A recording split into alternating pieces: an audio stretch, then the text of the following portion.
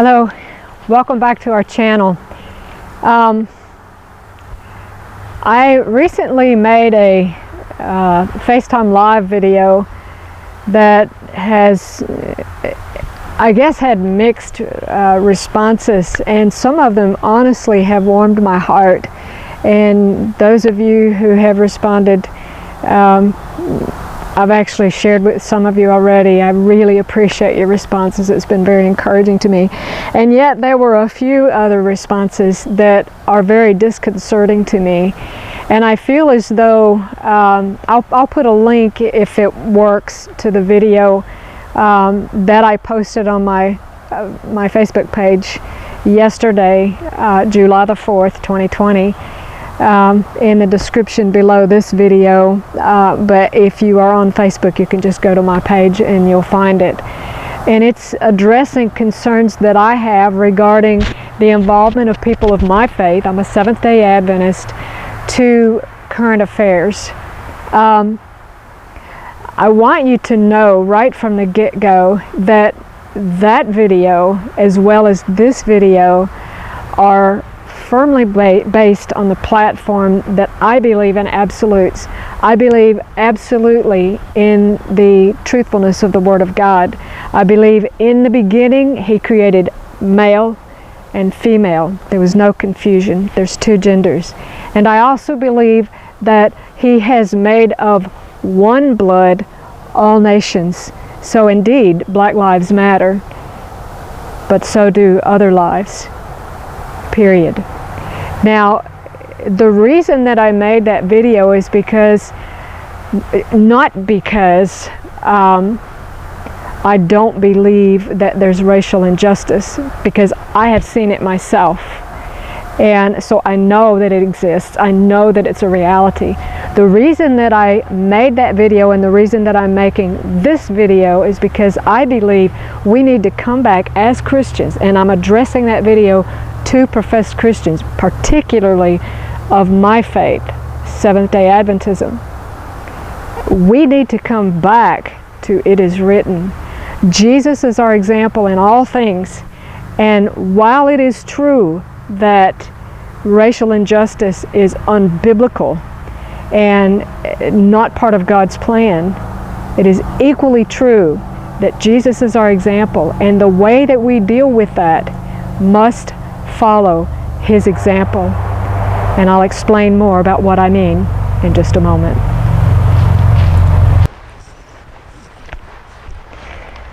Okay, let me share with you exactly what I'm talking about and what I was trying to share in the video that I did as I was hiking yesterday. I want to read a couple of things from the scriptures about Jesus being our example on these things. And what we have to do is pan out of the current events and actually what's happening on a day-to-day basis and unfolding right before us. And we have to look at the great controversy, what we as Seventh-day Adventists should very clearly understand. Division began in heaven. Satan began with dividing the angels into groups. And then in Eden, he divided Adam and Eve, one from another. And then he divided Cain and Abel, and the first murderer was born. And the division comes on down through history. But Jesus knew what the solution truly was.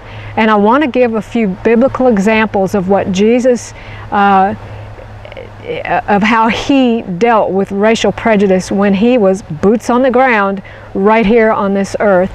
And you know, I just want to say that a lot of the people that responded negatively to that video made some very judgmental statements about me, of things that I do or don't do, and they don't even know me.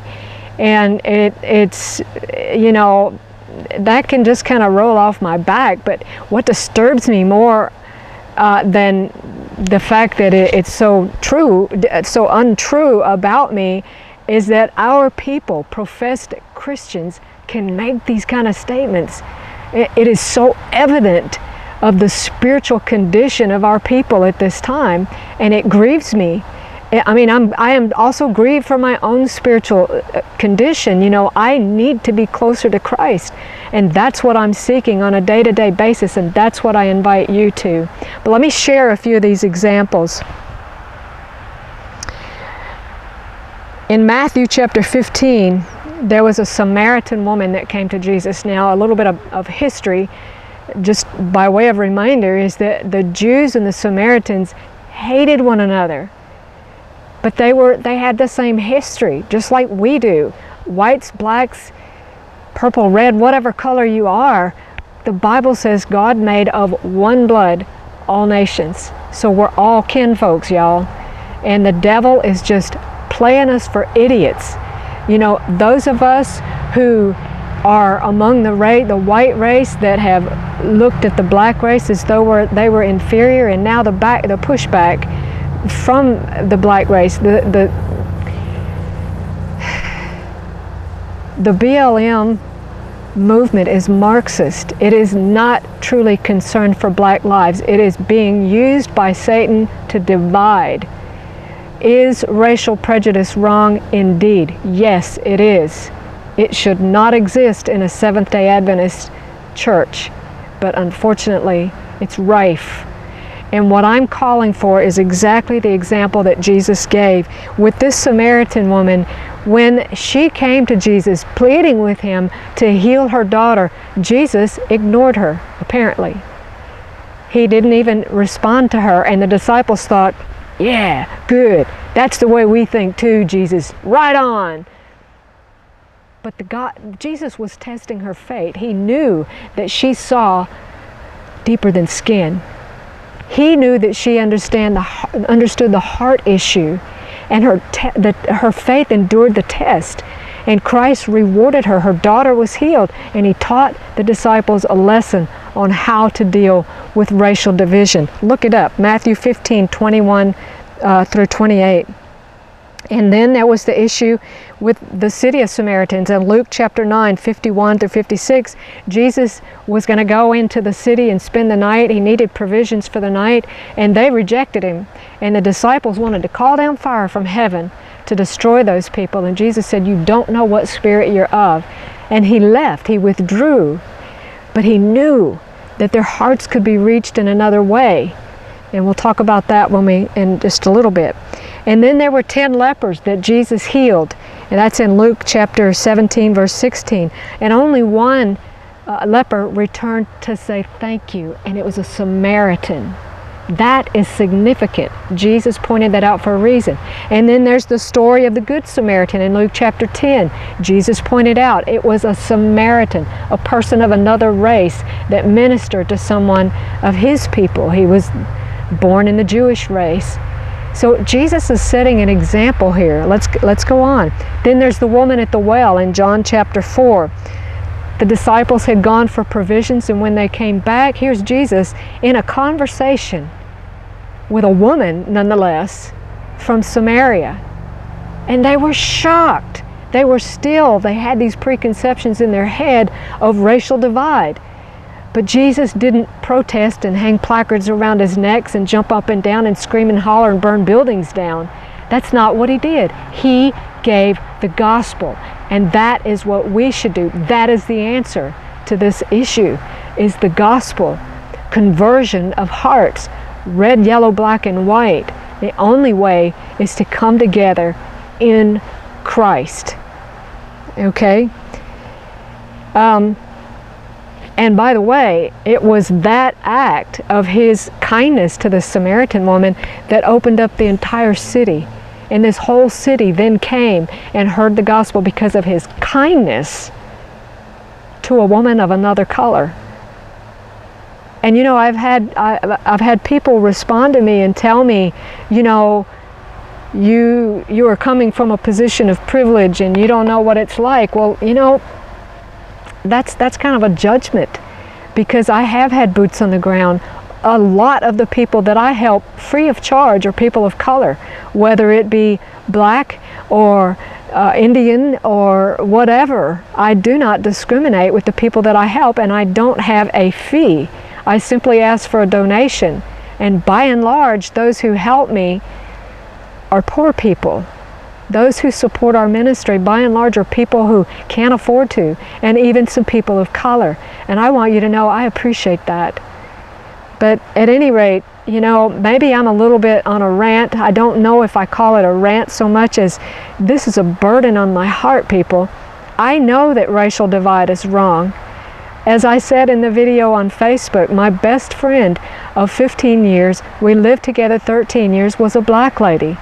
And I know that racial issues are real, but even she never dealt with it the way that this Marxist movement is dealing with things.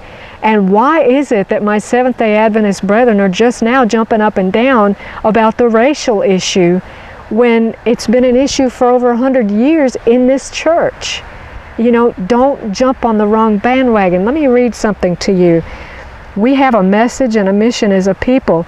This is from Counsels to the Church, the whole church, red and yellow, black and white. It says this: Satan invents unnumbered schemes to occupy our minds, that they may not dwell upon the very work with which we ought to be best acquainted. The arch-deceiver hates the great truths that bring to view an atoning sacrifice and an all-powerful mediator. He knows that with him, everything depends upon, listen to this, diverting the minds from Jesus and His truth. Now let me ask you a question. When Jesus was on this earth, did His truth include dealing with racial prejudice? Yes. How did He deal with it? I just read it to you. He gave the gospel. He ministered to their needs, just the same as the Jews or any other nation. And that's the way it needs to be with us. We will live down this racial divide and prejudice by giving the gospel, regardless of race, creed, color, whatever. Here's another one. Satan is, and by the way, this last statement, it's his effort to divert our minds, because that disqualifies us from giving the third angel's message, which is our message for this time, which will bring this great controversy to an end. And that's our mission, people. Remember that I shared this with someone. Remember the Waldensians. Those people prepared their children to die for the gospel. That they were not pandered and spoiled and all of this. They simply knew. They expected to be persecuted for the gospel's sake. Listen to this. Review and Herald, March 22, 1892, paragraph 4. Satan is ever ready to fill the mind with theories and calculations that will divert men from the present truth and disqualify them for giving the third angel's message to the world. And so my appeal to my brothers and sisters, again, expounding on the video that I did yesterday, don't be distracted. Is racial prejudice wrong? Absolutely. Uncategorically, it is wrong. Is our mission as a people to set that right? Uncategorically, no. But we do deal with it. But the way that we deal with it is the way that we just saw that Christ dealt with it. He simply went forward ministering to whoever needed to be ministered to, regardless of color, regardless of race, regardless. He came to set the captive free. And the greatest captivity is the captivity to sin, which is behind racial prejudice. And you know, I encourage you also to consider, there's a video that Walter Veith did. It's one of the What's Up Prof videos. I can't remember what number it is, and if I find it, I'll put a link in the description below, where he talks about what all of this is about. Even the virus situation, everything is about dividing. It's about swinging the pendulum one direction so that it can swing back to another direction to accomplish his purpose. Don't be distracted. Don't be deceived by his methods. God help us. God help us to open our eyes. And I know I may as well pace a bullseye on my chest, but that's okay. I have to stand up because my people who are people of all colors are being deceived.